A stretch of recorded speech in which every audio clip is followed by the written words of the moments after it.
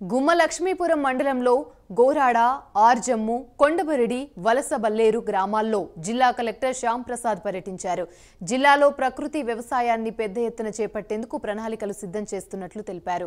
సహజ వ్యవసాయం వల్ల పంటలకు అదనపు విలువ పెరుగుతుందని, సహజ వ్యవసాయ ఉత్పత్తులకు ప్రజలు మంచి ప్రాధాన్యత ఇస్తున్నారన్నారు.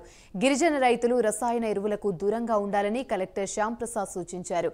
రైతులతో సాగుతూ పొలంలోకి వెళ్లారు. పొలంలో రైతులతో కలిసి వరి నాట్లు వేశారు.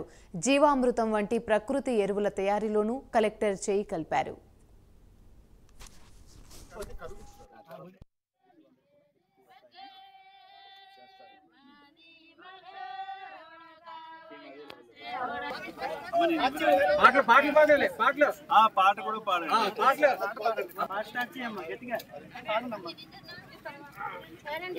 ఒకసారి చూడండి సార్, పిక్స్ చూడండి సార్.